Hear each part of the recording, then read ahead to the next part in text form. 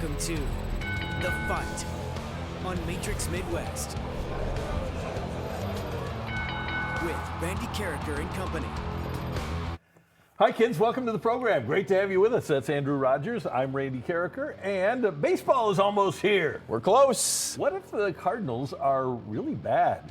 Hockey. Should Doug Armstrong change his approach and sell players for 50 cents on the dollar? And the voice of football on ESPN, Monday Night Football, Joe Buck, joins us later in the show. But let's get things started with quick hits. And let's start with football. If the MVP is truly about value, most valuable player, and dominance, it's hard to look past Matthew Stafford. In his 17th season, he posted the best numbers of his career, leading the NFL with 4,707 passing yards and 46 touchdowns, while throwing just 8 interceptions. That's Player of the Year material. Stafford finished with a 109.2 passer rating, earned his first-team All-Pro, and powered the Rams back into Super Bowl contention as the clear driver of their offense. His competition, Drake May, has been outstanding too, but Stafford has been overwhelming. When most quarterbacks start fading out at his age, 37, Stafford reshaped, kind of like Tom Brady did and Drew Brees did, what late career greatness looks like. So much so that Sean McVay had to answer if Stafford would be back next year. Stafford to be back next season. Yeah, if he still wants to play, what the hell kind of question is that? The answer, yeah. You have to ask him. We've been totally present. I know that if he wants to, he's still playing at a pretty damn good clip. I mean, he's the MVP of the league, and if he's not, I got respect for everybody else, but this guy played at a level that's just different. I appreciate you guys this year. Thank you. A couple of things. Number one, if you don't want people talking about it, don't have rumblings from your organization for the last 3 years about the possibility of Matthew Stafford retiring. They've been talking about it for a long time. Here's the other thing. If we're going to use the term value, and by the way, the NFL does have the NFL Offensive Player of the Year and NFL Defensive Player of the Year. The backup to Matthew Stafford has been to a Super Bowl, right? Jimmy Garoppolo. That's right. Who's the backup to Drake May in New England? If we're going to use the term value. I have no clue. There we go. So the most valuable player in the league is Drake May. Wow. See, that's interesting because I think of what he's been doing at the age of 37. It's just, it's unreal. Only 6 other guys have done that in the NFL and won the MVP, that is. Other players have played well at that age, but only some are in the running and have won that award. And the 3 different stats I want to bring up for you, Randy, is this. He's the first quarterback to throw for 4 or more touchdowns and no interceptions in 3 consecutive games in the regular season. He broke Tom Brady's record for most consecutive touchdown passes without a pick. He was 3-time NFC Player of the Month, and from 2003 to 2023, the only outlier was Josh Allen last year. Every winner of the PFWA MVP also went on to win the AP MVP. So I'm just looking at history here, and that's why I give the edge to Matt Stafford. Yeah, I would vote him Offensive Player of the Year. But in terms of value, if you want to use the term most valuable player, then the writers would be wrong if they vote for him. Baseball, pitchers and catchers report in about 2 weeks, which means baseball season is basically here. The Cubs and Brewers look like the top-tier contenders in the Central. The Pirates are spending, and they have a loaded starting pitching rotation. And the Reds just made the playoffs and didn't take a step back. That leaves the Cardinals staring at a very real path to the cellar in the Central, something that's only happened once in the last 35 years, and actually once since 1958. If that happens again, what would the last place move mean for the Cardinals in 2026? I think that's kind of expected. If you're a rational baseball observer and you look at those 4 other teams, I think you have to pick the Cardinals to finish last in their division. Fans need to burn into their brain right now that the Cardinals will stink in 2026 in terms of wins and losses, and that's okay. And here's how you can get enjoyment out of this season. Become a fan of development and not wins and losses. And I know it's hard to rewire your brain in that way, but if you become a fan of development, you'll enjoy this season a heck of a lot more. And don't give me, well, we aren't going to show up at the stadium if they don't get wins. You're already not showing up at the stadium. Ticket sales have been down, so get excited about what development can do, and then in 3 years when this team is really good again, you can go back to the stadium. And this is something in my lifetime that the Cardinals haven't done. They've never gone down to the studs. And believe it when we say that when they got rid of Gray, when they got rid of Contreras, when they got rid of Arenado, they broke it down to the studs. And there are no veteran players on this team anymore. So it is clearly a rebuild, and take it for what it is. Like Andrew said, this is a team that should ascend and get better during the course of the season. Hockey, the Blues are in sell mode. Apparently, this season has been a disaster, and it doesn't show any signs of changing. So, if the phone rings about one of their veterans, and you're Doug Armstrong, do you take whatever offer is on the table? That would be a change from last month when he told the media, quote, "We're not selling 50 cents on the dollar out of anger. We're not considering trading players less than the value we think they're worth." But if you don't, then that risk becomes getting stuck with contracts and declining value. I would have to think, if I were the Blues and I had a player that I'm not going to trade Dylan Holloway for a fourth-round pick because the team is going bad. I don't know who the player is that you'd say, okay, I just want this guy off my roster right now, and I'll take whatever anybody offers. Yeah, the only guy that I can think of is Falk, and that's only for the argument. That's the only argument of, hey, his value can decline again, and so he's at the peak of what I think his value is. So that's the reason why I'd say if I'm picking up the phone and we're talking Justin Falk, I'm going to try to get everything I can for the guy because of where he's at today. Plus, I love what the Blues have still in the defensive department, getting Adam Juracek coming up next season. He can replace Falk. If the Blues are really going to go all in on this sell mode, get rid of the veterans, you have to see what these young guys can do for you as well. But he's the only player, Randy, that I think you can actually field a call on and say, yeah, I'll take that trade today. And when you look at the comps to Justin Falk over the last few years, he should draw you at least a number 2, if not a number 1 pick. A lot of stud defensemen, and he's been a stud this year, especially from the right side, draw a lot of value. So I think Falk has value. By the way, I do think, while I would move him, I think it's going to be interesting to see who emerges as a number 1 on the right side because Colton Parayko has no goals this year. He's a shutdown guy, but no goals. You don't know about Juracek. You don't know about Mailloux. You don't know about Kessel. Who is going to be your number 1 defenseman on the right side if it's not Justin Falk? And obviously it'll be Parayko, but he needs to return to form. Right, yeah. And unless it's him, you would hope that it's going to be one of your young prospects. And if you do strike gold there, then perfect. It all works out. But don't expect a trade to happen before the Olympics. I would expect every deal to take place in the week between that and the deadline. Agreed. College football at Colorado in this NIL age, Deion Sanders has instituted a fine system for players that are late to meetings or break rules or violate Colorado's personal conduct code. It wasn't too long ago that if a player had money, red flags went up all over the place. But will Sanders taking money away from players cause some to not want to join the Buffaloes? I would think these players are all in on the money, and they are going to risk, even if they do something wrong, losing money because of a fine system. You know, this might be the one thing that Deion and I actually agree on. I think that there's so much that he's done since he's arrived in Colorado that had me saying, man, I just can't stand this guy. I love the fact that he's going to hold players accountable in this way because you are a pro athlete in college now. You're getting everything a pro athlete is getting, and if you are too immature to handle your 6-7-figure dollar amount and you don't want to show up to meetings because you want to go get lunch with your lady or whatever it might be, then you should be fined for that because you are treated today in the world that we play football as a professional athlete. But if Colorado is fining players and Iowa State isn't fining players and everything else is pretty much the same, except Iowa State's a better program right now, why would you go to the place where there's a chance that you could get fined? If I were Deion Sanders, first of all, I wouldn't say it. And the other thing is, the thing that you can take away from players that'll make them play, be more responsible is playing time. That's how you get players to play, because the less tape you have as a college player, less chance you have getting drafted in the NFL. Well, I'll tell you what, go play at Iowa State then, because I want guys that want to be there in the room and that crave that structure. And as young men, we all crave structure. We want that respect. We want to be committed. So if you're going to build a program like that, I might want to just invest myself in that room because I feel better about the accountability factor versus somewhere else. So you wouldn't pay any NIL money to these guys?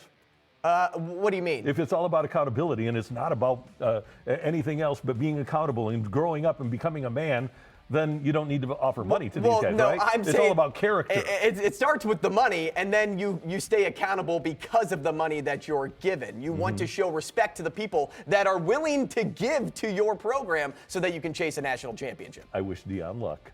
Former Cardinal Carlos Beltran, who went to a World Series and another LCS in his two years with the Cardinals, has been elected to the Hall of Fame, as you may have heard. Beltran's first 7 years were spent in Kansas City, but his best 7 years were spent with the Mets, where he was a little bit better, just a little bit, but also in his prime. So if Beltran doesn't want to choose between the Royals and the Mets, and we don't know what he wants, and goes into the Hall with a blank cap like Greg Maddux did, are you okay with that, or do you need to see the logo on the hat like a lot of, like Whitey Herzog, went in with a logo on his hat. Tony La Russa went in with a logo with no logo on his hat. You know, it's funny. I never really knew no logo was a thing until I started doing research about it. I thought everybody went into the Hall of Fame with a logo on their hat, and then I dug it up some more, and we talked in our pre-show meeting that La Russa was the first to do it. And it does make sense, and I say it makes sense because you keep fans happy by taking that route. Because if La Russa would have gone in with an A's hat, for example, no Cardinal fan would have been happy. And the same would have been said if he was a Cardinal.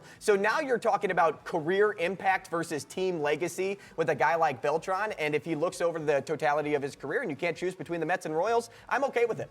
By the way, I think if Tony La Russa would have gone in with an A's cap, I don't think his number would be retired in St. Louis. I think that the Cardinals were upset off the bat that he didn't go in with an STL, and their feelings subsided. But I think if he would have gone in as an A, I think number 10 would still be out there for players and coaches to wear with the Cardinals. The city might have burned down if he didn't go in as a it. Cardinal, unless he went in blank. That was the only way for him to, let's say, be right in this case.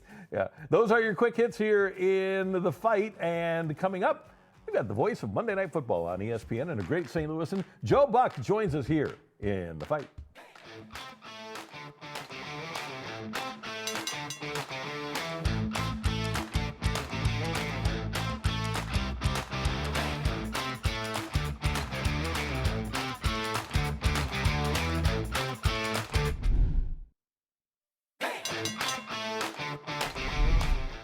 Welcome back to the fight, Andrew and Randy, and always great to visit with our friend Joe Buck, the voice of Monday Night Football on ESPN, a product of Indiana University, the Pete Rozelle Award winner from the Pro Football Hall of Fame, and this summer will receive the Ford Frick Award from the Baseball Hall of Fame. And there's Joe right there. How are you, sir?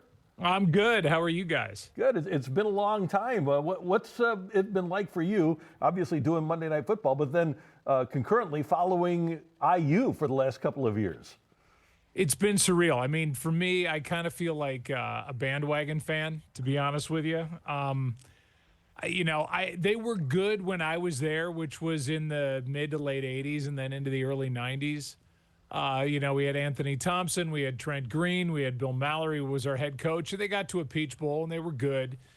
Not great. And then I left, and they kind of just fell apart. Certainly not because I left. But I stopped watching. I stopped paying attention. And now with Cignetti, I mean, last year I went to the IU-Michigan game at Indiana. Here's this incredible play by Fernando Mendoza. I was there. My daughter, who went to Indiana, was there.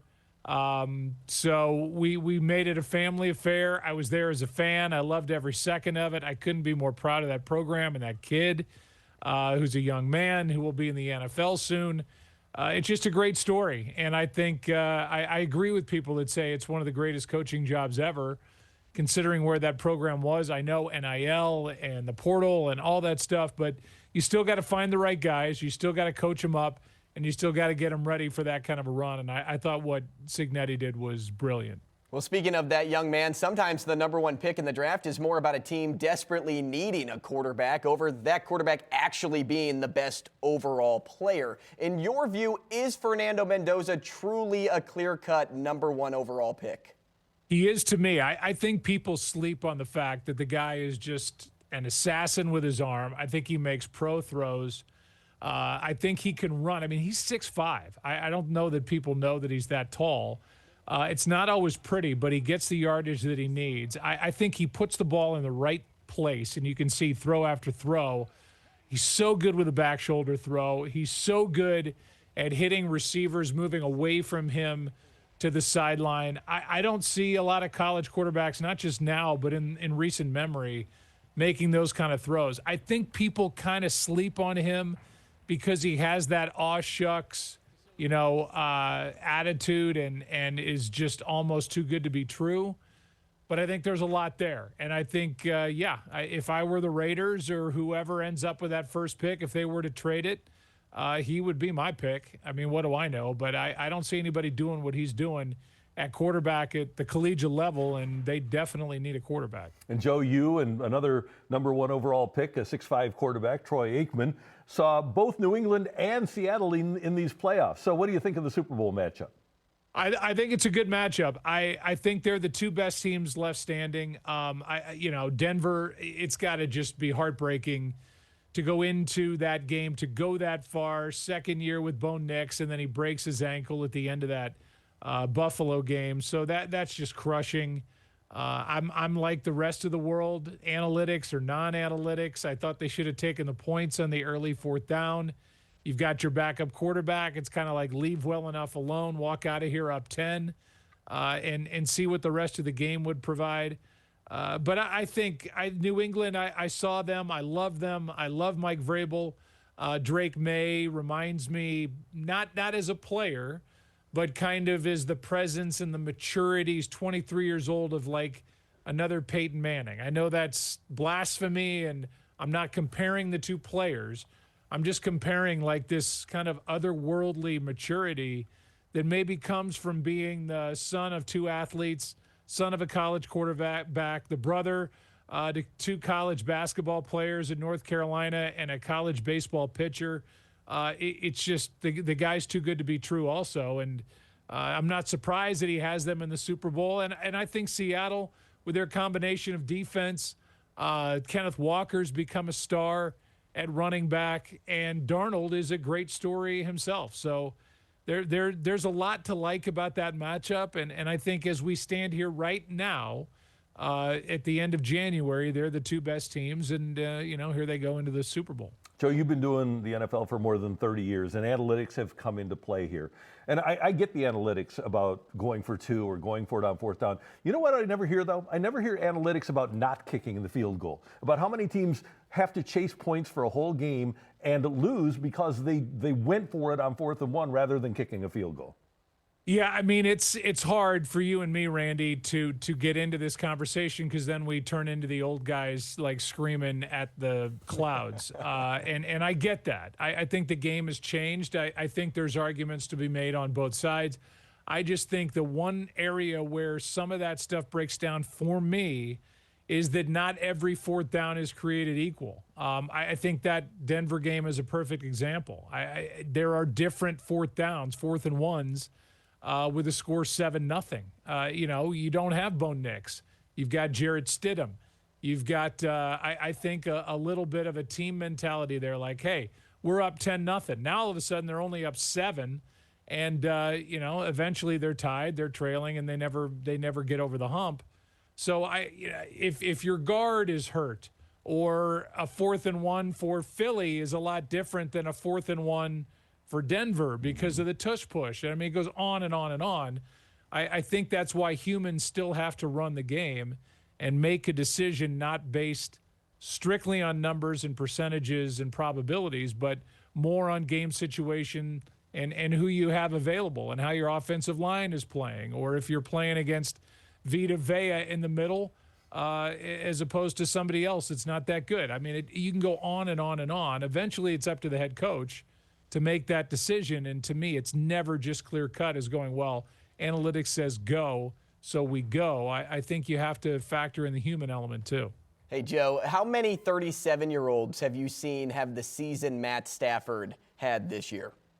Incredible. To think of how we started the year, where people thought he might start the year on IR. We had them late in the year, and we were talking to not just Matthew Stafford, but to Sean McVay, and he credited Stafford. He said, I have not heard one complaint about his back since the season began. They've done a good job managing it. I don't know exactly what he has going on back there, but it's an issue. And he didn't play in the preseason. Everybody thought he was going to start hurt, and he came out of the gates and put together an MVP year. So I've never seen anything like it. I can't imagine he would walk away. He signed for another year. I'm sure he's looking for an extension. Guys are playing longer than they used to, maybe because of rule changes, maybe because they've done a better job maintaining their bodies, whatever it is. But I would be shocked if – I think he'll win the MVP, and I would be shocked if he won the MVP and hung it up. Joe, you have a unique opportunity to talk to coaches and offensive people. And obviously the Sam Darnold story is a great one. He goes to Kyle Shanahan and then Kevin O'Connell and turns into this guy. Daniel Jones spends a half season with O'Connell, turns into what he did before he got hurt in Indy. Mac Jones has a good year backing up in San Francisco for Shanahan. What do you think of the idea? This is not probably original to me, but I'm going to say it is, of perceived busts like that, a guy like Zach Wilson or Justin Fields going to their agent and saying, hey, get me to the 49ers or the Vikings to back up and let me learn under these guys? I love it. I think there's a lot of value to that, and I think it would be a wise way to go about it. I think you brought up the best examples, too. I was going to add Mac Jones until you said it. You know, he was drafted, 15th overall to the Patriots. I believe he took them to the postseason his rookie year. But then they had all the offensive changes, and Belichick was doing Belichickian things, and then it's Matt Patricia and Joe Judge on offense. I think coaching matters, and I stand next to a guy, and I have for 24 years, that believes that 100%. I can't tell you how many times he said to me, I just wonder with some of these players that came out that have this much talent that never really blossom in the NFL, if it's them or if it's the environment they were put in. And I think you're right. You know, Kevin O'Connell, Sean McVay, Matt LaFleur, you know, guys from that tree, Kyle Shanahan, they know how to coach, and they know how to either mold a quarterback or in some cases like Daniel Jones, Mac Jones, resurrect a quarterback. And I don't think that's a fluke. I don't think that's a coincidence. I think those guys know how to coach, and I think coaching makes a big difference. Hey, Joe, let's talk baseball. Do you like the direction the Cardinals are headed in 2026? I mean, it's the best option at this point. You know, but this is kind of the bed they made, and now they have to totally redo it all. And, you know, it's been talked about plenty. I can't believe that the minor league system fell apart while the big league club wasn't really going out and trying to sign top flight free agents. And it just kind of wore down. I think their systems became antiquated. I mean, I guess they're admitting as much because they're now putting more money into putting the proper systems in the minor leagues to help train these players like players being trained in other organizations. So they fell behind. The team became boring and not competitive. So they might as well just rip it all off, every Band-Aid visible, and start over. And it's not going to be pretty. It's not going to be quick.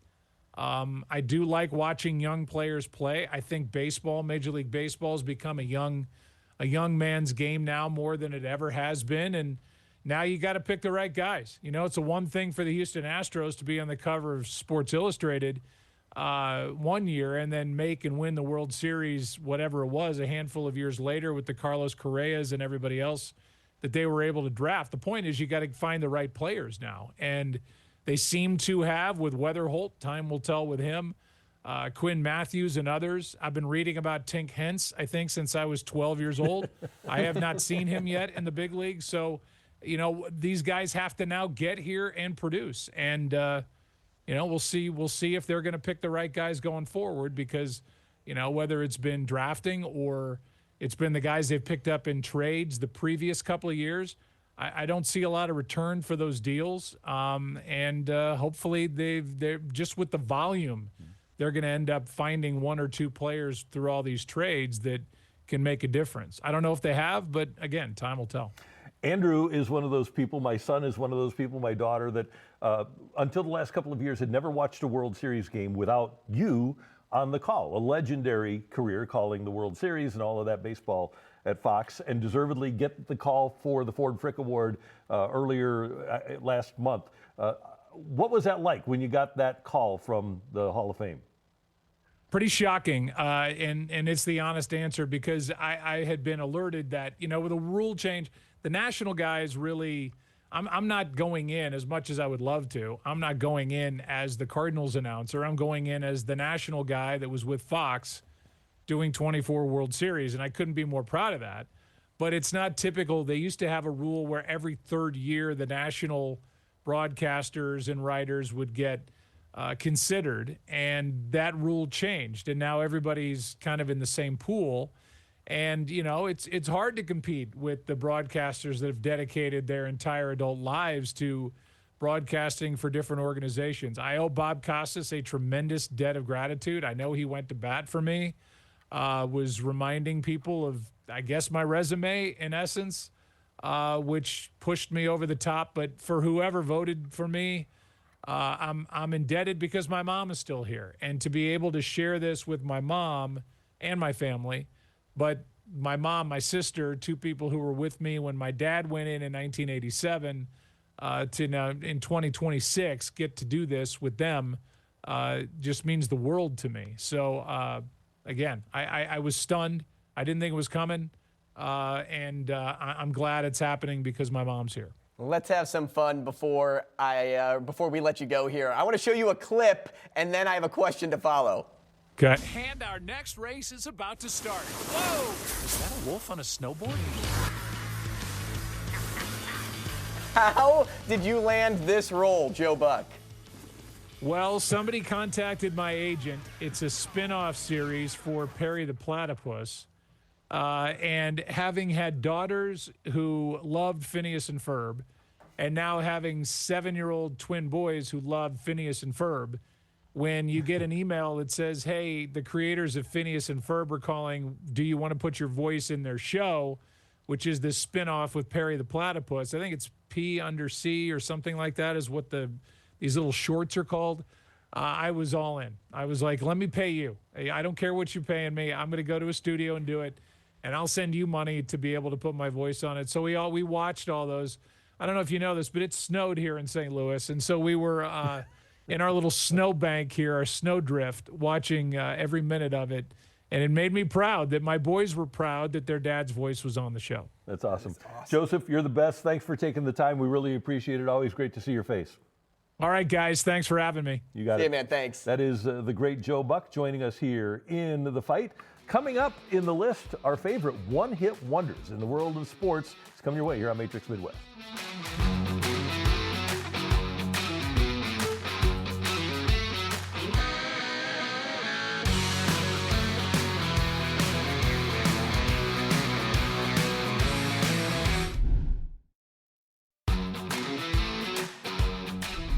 Well, Yasiel Puig finds himself in a legal situation right now after a dramatic fall off in his baseball career. He's out of baseball right now. But we thought we'd look at some of the most exciting one-hit wonders in sports with the biggest fall off. And we're going to hop in the Wayback Machine here. During the 1974-1975 hockey season, I was really excited when the Blues brought up a goalie named Yves Belanger. Belanger had been purchased from Cleveland of the WHA, and when he got a chance with the Blues, he went 6-3-2 in 17 games with a .901 save percentage and a 2.72 goals against. Paired with former first-rounder 21-year-old John Davidson, the Blues thought they had their goalie situation settled for years to come. Alas, Davidson was shipped off to the Rangers during that offseason, and Belanger never replicated his rookie year, and the Blues waited until Jordan Binnington showed up to have a big-time playoff goalie that they trusted. But in my childhood, Yves Belanger was going to be the guy, was never the same after his first year. Gosh, and you know, that's the thing with goalies. You just can't bank on one season, even a partial season, to say that this guy's going to be a stud. We even look at Jordan Binnington today, the guy you just brought up, and we're thinking he might not even be a Blue at the end of this season. That's why you have to, really tread waters lightly in the case of a goaltender in the National Hockey League. Absolutely. Okay, my number 3. So I made a fantasy baseball trade for a guy by the name of Aristides Aquino back when he entered the league, Randy. This guy was absolutely on fire, and I was convinced he was the next big thing. He became the first player in modern Major League Baseball history with 10 home runs in his first 16 career games. The next day, he hit his 11th home run in 17 games. He also holds the record for most home runs in a month for a National League rookie, in addition to tying the Reds' franchise record for home runs in a month for any player. So he played 56 games in 2019, ended with 19 home runs. But the years that followed were not too nice to him. He played only 23 games in 2020, thanks to the addition of Nick Castellanos, and in 2021 and 22, he never hit above the Mendoza line. Now he's bouncing around the Mexican League, and this is what the Reds announcer said when he was tearing it up during that home run stretch.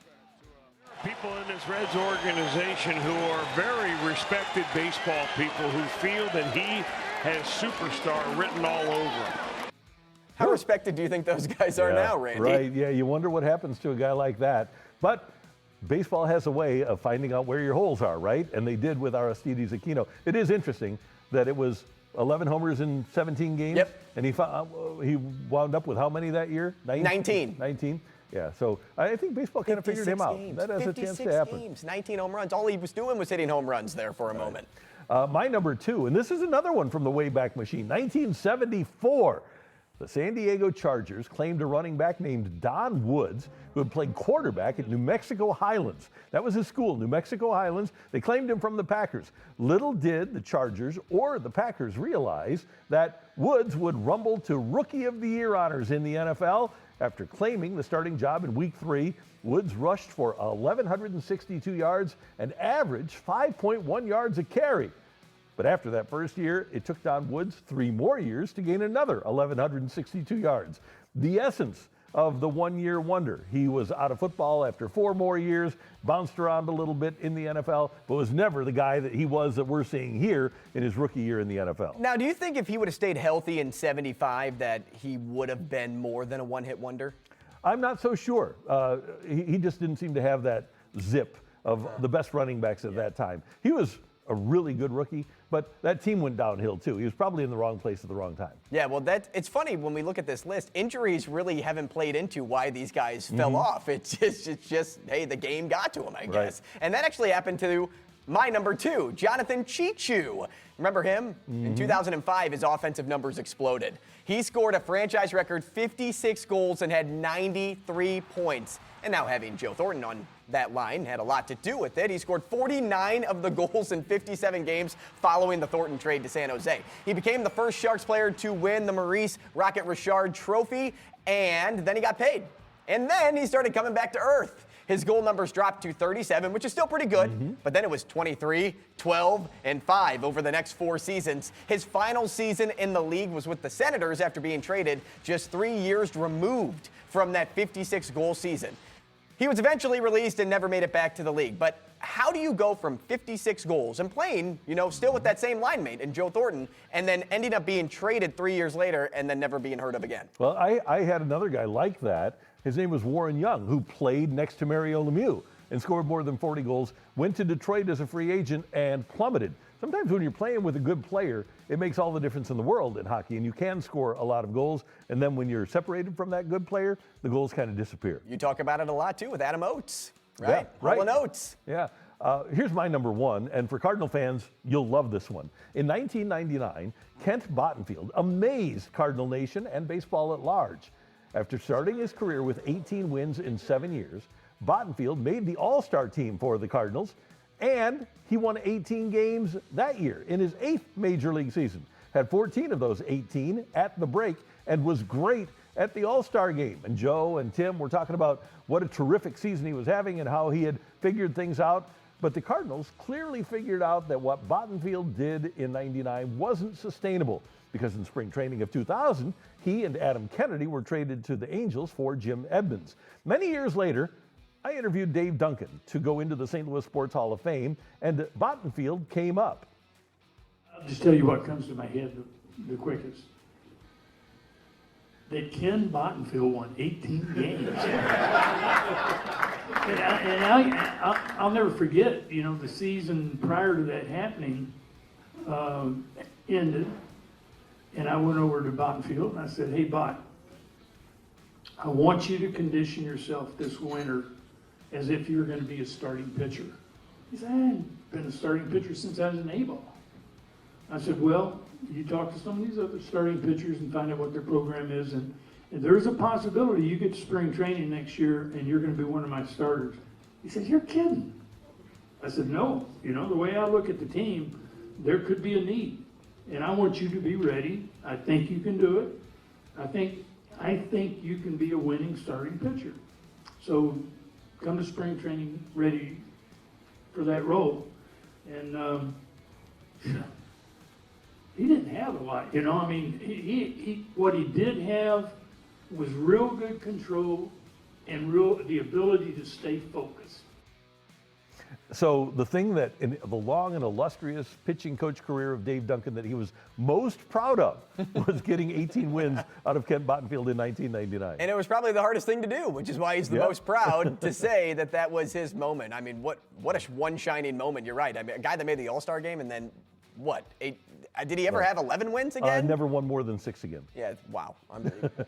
There you go. Okay, so growing up, Randy, I was really obsessed with the Peyton Hillis story, I should say. As an avid video game player who had almost every single Madden game, the one with Peyton Hillis on the cover was just so interesting to me. I thought to myself, who was this guy? Hillis was a nobody until he became a somebody in 2011. He was buried on the depth chart to start the year. He became the starter at running back after a pair of injuries to the number 1 and number 2 in week 3. The result, 144 yards and 7 catches. The next week, he ran for over 100 again.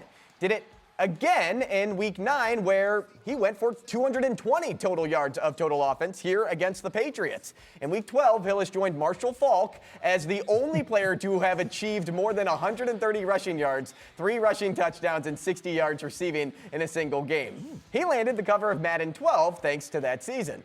But we really never heard from him after that. He had trouble renegotiating his contract with the Browns, which is weird given what he just accomplished. Signed then with the Chiefs the next offseason, then the Bucs, Giants, and then retired. He never ran for over 600 yards again in a single season, so by far he's my number 1 all-time one-hit wonder. Totally a one-hit wonder. But he can say right now that he did something that only Marshall Faulk also did. That is true. So that's pretty good. So he's got that going for him, which is nice. Pretty remarkable. And we've had a few here in St. Louis. Brad Boyes was that guy scoring more than 40, fell off to 22 and was never really the same guy.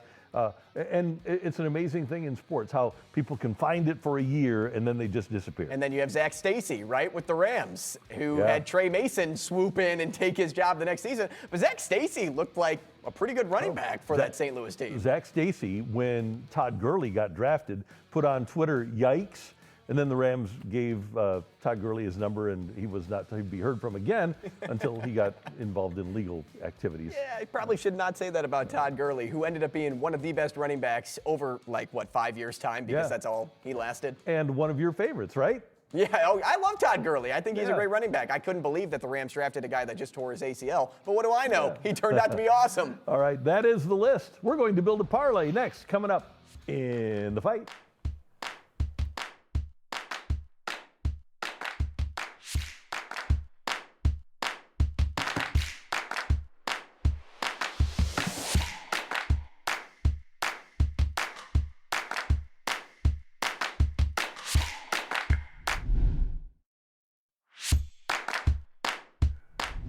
All right, let's build a parlay, and let's start with this. We almost won in our last build a parlay. Yeah, we did. Who missed? Well, I'll tell you what.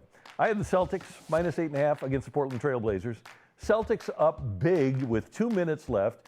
The Blazers go on an 8-0 run after the Celtics had dominated for the whole game, and the Celtics wind up winning by 8 rather than 9. Isn't that amazing how that works? You got yours. Yeah, I know. JT Miller did score a goal. I said, hey, I love that slapper that I saw here in St. Louis. But, that bet, we might as well just become the new bad beats instead of SVP because that's a bad beat. That was a really bad beat. But we aren't stopping. We're going to try. And you know what? I'm going to head back to tennis, where I took Coco Gauff also. Didn't go very well. Yikes. But now I'm going to mess around with you because I'm going to go with the American. I went with the American. Coco Gauff didn't work out well. I'm going with Ben Shelton against the number 1 player in the world, Yannick Skinner. Ben Shelton, the American, is plus 780. What the hell? Why not, right? Yep. If anybody can win in a one-on-one sport, it's probably tennis. Well, and if there was ever an easier bet than the Celtics over the Blazers, I don't know what it is. So might as well go plus 780 on this one. Yeah, maybe I shouldn't say tennis. Golf is probably the one sport that you can win one-on-one in fairly That's true, easy. yeah. Unless you face Scotty Scheffler. Yeah. Which is almost every tournament. Okay, Randy, I'm going to a game that I really like in terms of goals for. So the over-under in the Avalanche Senators game is 6.5. I am going over in this game. The Avalanche are the number 1 team in goals for this year. The Ottawa Senators are like 7th in goals for, and they're one of the worst in goals against. So if I'm parlaying all 3 of those things together, you'd have to think that over 7 is the play. We do pretty well here. If Ben Shelton gets a win and this game goes over, we are going to have a level of success unknown to at least this show. Maybe not mankind, but unknown to this show previously. Yeah. We're at plus 1580, and we're putting $100 down. So if we win, $1,580. Nothing wrong with that. That is pretty good. That's better than what we won when we had the Celtics. Yeah, it's not our $75,000 potential when we had the Salou Exacta, right? Right, that's true. All right, that is our little build a parlay. Coming up, we've got Take It or Leave It and Story Time with Uncle Randy, plus Today in Sports History here in The Fight.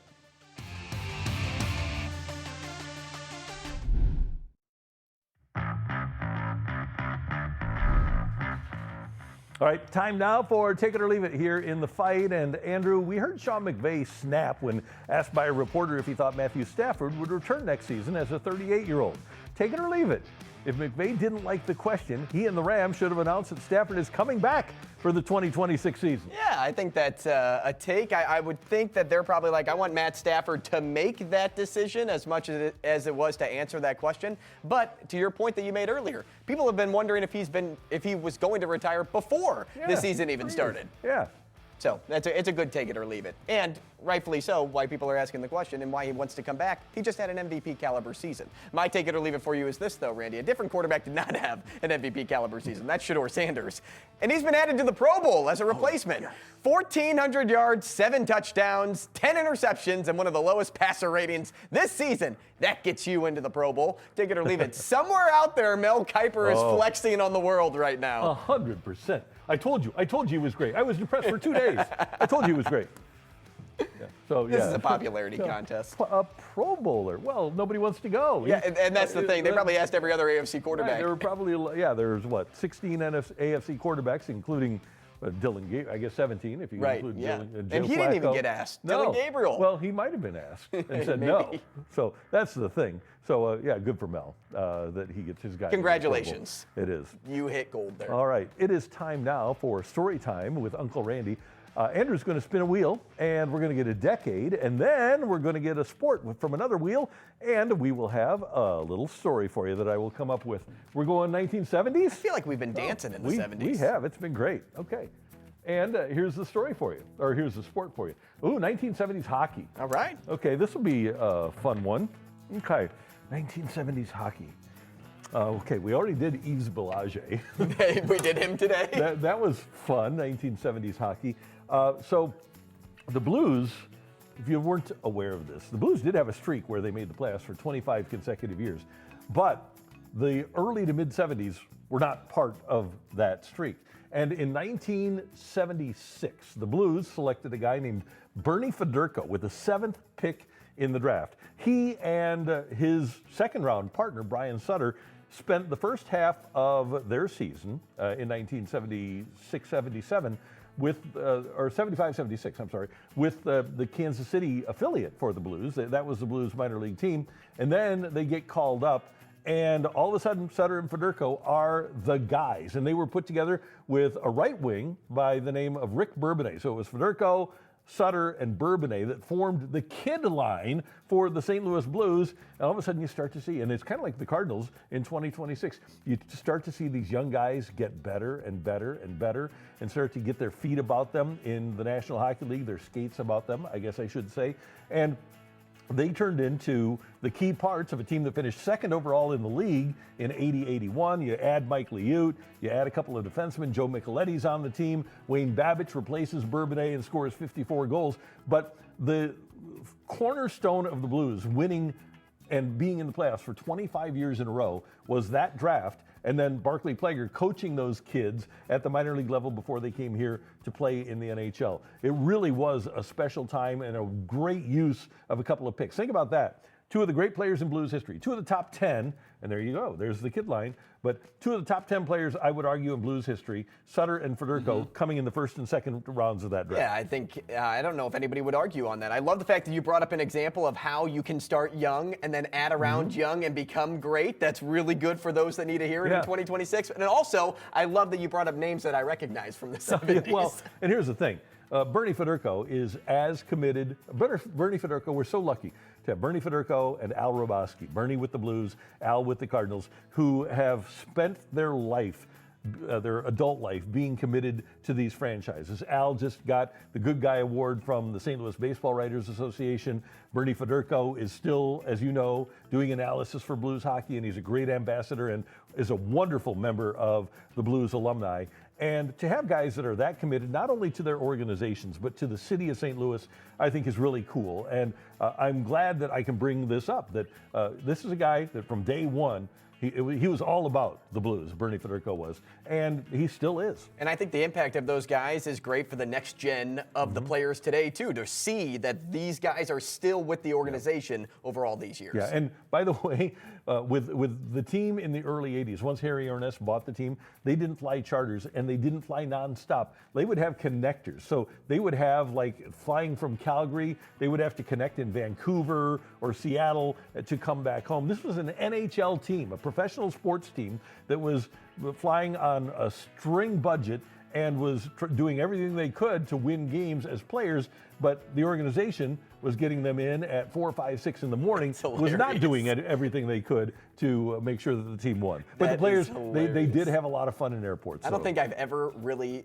booked a non-stop flight. Any day today, I will always spend more money to get the nonstop flight. So Bernie and Brian, our story today on Storytime with Uncle Randy. All right, time for this date in sports history. 2002, the NFC Championship game is at the Edward Jones Dome in St. Louis. And the Rams beat the Philadelphia Eagles 29-24. This was Marshall Faulk Day. They just turned Marshall loose, especially at the start of the second half. Marshall carried the ball 8 straight times at the start of the second half, ran for more than 150 yards, and Kurt Warner was on his game. Watch these passes. And these are all in a row. I mean, he's not missing passes. And Isaac Bruce and Torrey were at the height of their game. This offense was spectacular. And the Rams actually had to come back to beat Philadelphia. This was the start of the really good Andy Reid era in Philadelphia too. But this victory, 29-24, sent the Rams to the Super Bowl against the New England Patriots, where they would lose 20-17. You talk about the throws from Kurt Warner, just how quickly he gets rid of the football. Yep. I mean, that's what made him such a good quarterback. Yeah, number one, Kurt said that he could read the defense before the ball was ever snapped. And then that training in the indoor football league, the Arena League, he had to get rid of it in a hurry. And so that's why he would drop back, see the defense, and let it fly. And it's easy to get rid of it early, too, when Torrey Holt and Isaac Bruce are open already. Well, they're getting open all the time. Hey, we are always available on the KMOV app and the new Matrix Midwest app, plus at matrixmidwest.com. And if you ever don't have access to your TV, well, when you're watching us, you can see all the highlights, the entire show at 5 o'clock and 10 o'clock every night, 7 o'clock the next morning, and on your favorite podcast platform. You can check us out as well. Sign up for The Fight at matrixmidwest.com. For Andrew, for our director, Tyler Klaus, who does magnificent work, I'm Randy Carricker. We'll see you next time here in The Fight. So long, everyone.